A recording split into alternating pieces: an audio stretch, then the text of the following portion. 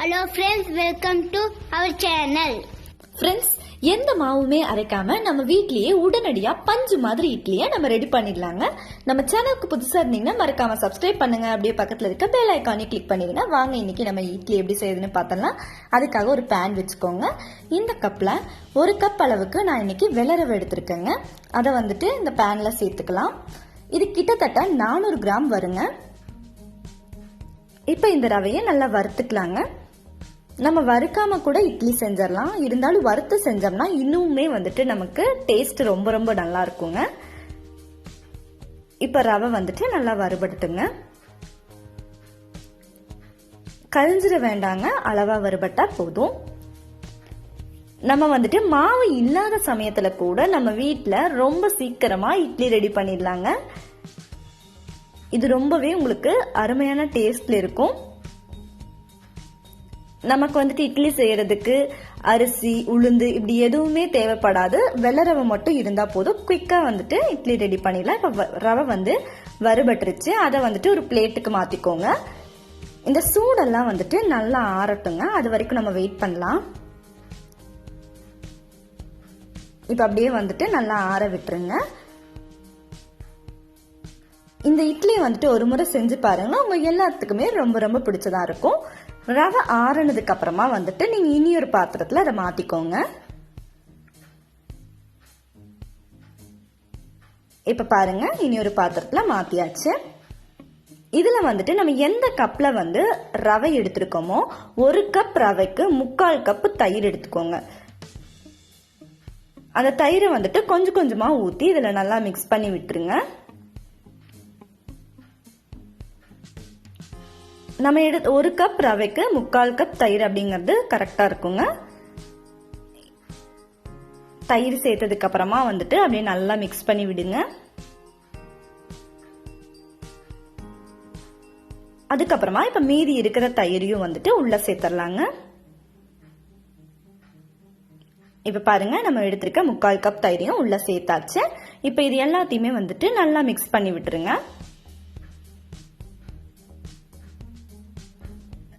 தயிர்ல ரவை நல்லா ஊறணுங்க.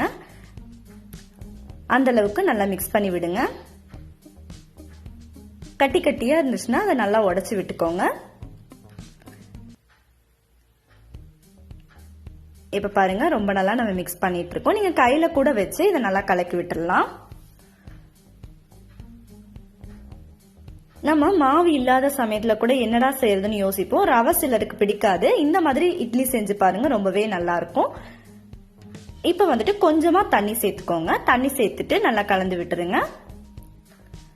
ரவை உப்புமா பிடிக்காதவங்க கூட இந்த பிளைன் ரவா இட்லிய ரொம்பவே விரும்பி சாப்பிடுவாங்க.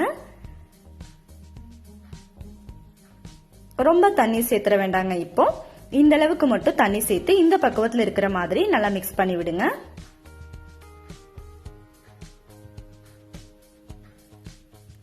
இந்த ரவா இட்லியை நம்ம ரொம்ப சீக்கிரமே செஞ்சு முடிச்சிடலாம். உங்களுக்கு மாவு அரைக்கிற வேலை எல்லாமே மிச்சமாயிருங்க.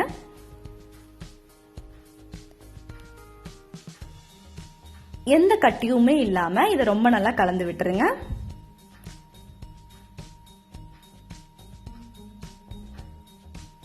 இப்ப பாருங்க, நல்லாவே கலந்தாச்சு. இந்த இட்லி எல்லாருமே விரும்பி சாப்பிடக்கூடியதா இருக்குங்க. இப்போ ஒரு மூடி போட்டு இதை க்ளோஸ் பண்ணி வச்சிடலாங்க. 1/2 மணி நேரம் இது நல்லா ஊறட்டும். நம்ம சேர்த்திருக்க தயிர் அப்படியே ரவைக்குள்ள ஃபுல்லா இறங்கணும். அந்த அளவுக்கு நல்லா ஊறிட்டுங்க. இப்ப பாருங்க, 1/2 மணி நேரம் ஆயிடுச்சு.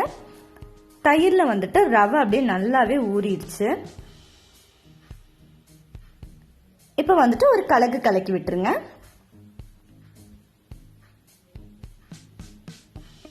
இப்ப கொஞ்சம் கொஞ்சமா தண்ணி சேர்த்து இட்லி மாவு பக்குவத்துக்கு இதை நம்ம பிசைஞ்சுக்கலாங்க.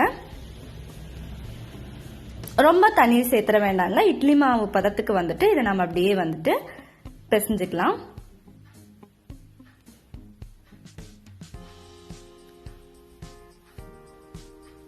இந்த மாதிரி நல்லா கலந்து விட்டுக்கோங்க. இது ரவால செஞ்சதான்னு சொல்லி ஆச்சரியமா இருக்கும். அந்த அளவுக்கு தான் இருக்கும்.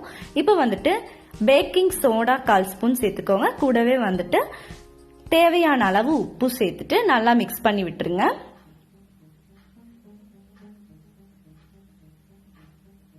நம்ம சேர்த்திருக்க பேக்கிங் சோடாவும் உப்பும் வந்துட்டு எல்லாத்துலயுமே மிக்ஸ் ஆகிற மாதிரி கலந்து விட்டுக்கோங்க.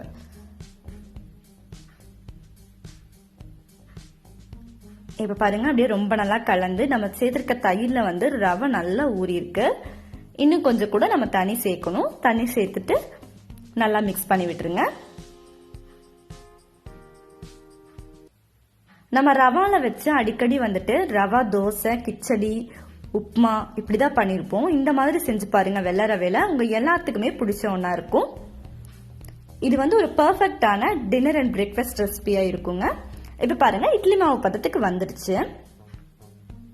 இப்ப வந்து இதை நம்ம ஊறவெல்லாம் வைக்க வேண்டாங்க. அப்படியே வந்துட்டு எடுத்து இட்லி ஊத்தி வச்சிடலாம்.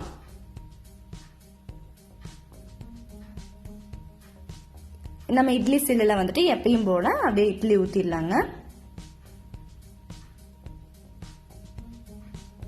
நமக்கு இது வந்து ரொம்ப சூப்பரான டேஸ்ட் கொடுக்குங்க. நார்மலா மாவுல இட்லி சாப்பிட்றதுக்கு இந்த மாதிரி செஞ்சு பாருங்க. உங்களுக்கு ஒரு டிஃப்ரெண்டான டேஸ்டாவும் இருக்கும். நீங்க நார்மலா இட்லிக்கு செய்யற மாதிரியே வந்துட்டு சாம்பார், சட்னி, குருமா இப்படி எது கூட வச்சு சாப்பிட்டீங்கனாலும் இது வந்து ஒரு சூப்பரான காம்பினேஷனா இருக்குங்க. இப்ப பாருங்க இட்லி ஊத்தியாச்சு. இப்ப வந்துட்டு அப்படியே ஒரு மூடி போட்டு க்ளோஸ் பண்ணி வச்சிருங்க. ஒரு 15 நிமிஷம் வரைக்கும் இது நல்லா வேகட்டுங்க. மீடியம் ஃப்ளேம்ல வச்சுக்கோங்க. இப்ப பாருங்க நமக்கு ரொம்ப சூப்பரான பிளெயின் ரவா இட்லி ரெடி ஆயிடுச்சு. இதை அப்படியே வந்துட்டு நம்ம எப்பயும் போல எடுத்துடலாங்க. நமக்கு கொஞ்சம் கூட ஒட்டி எல்லாம் வராது. ரொம்பவே நல்லா இருக்கும். நார்மலான இட்லி மாதிரியே இருக்கும். பாருங்க எவ்வளவு நல்லா இருக்குன்னு பார்க்கும்போதே வந்துட்டு இது நமக்கு ரவால செஞ்சதா அப்படின்னு நமக்கே கொஞ்சம் ஆச்சரியமா இருக்கும். அந்த அளவுக்கு தான் இருக்கும். இதுல வந்து நமக்கு கிட்டத்தட்ட ஒரு 20 இருந்து 25 இட்லி வரைக்கும் கண்டிப்பா கிடைக்குங்க. இன்னைக்கு வந்துட்டு நான் இதை குருமா கூட வச்சு டேஸ்ட் பண்ண போறேன். நீங்களும் உங்க வீட்டுல மறக்காம இந்த பிளைன் ரவா இட்லிய செஞ்சு பாருங்க. உங்க எல்லாத்துக்குமே ரொம்ப ரொம்ப பிடிச்சதா இருக்கும். இப்ப பாருங்க பிச்சு காமிக்கிறேன். ரொம்பவே நல்லா வந்திருக்கு. ரொம்ப ரொம்ப சாஃப்டாவும் இருக்கு. இந்த வீடியோ பிடிச்சிருந்தா லைக் பண்ணுங்க, ஷேர் பண்ணுங்க, கமெண்ட் பண்ணுங்க.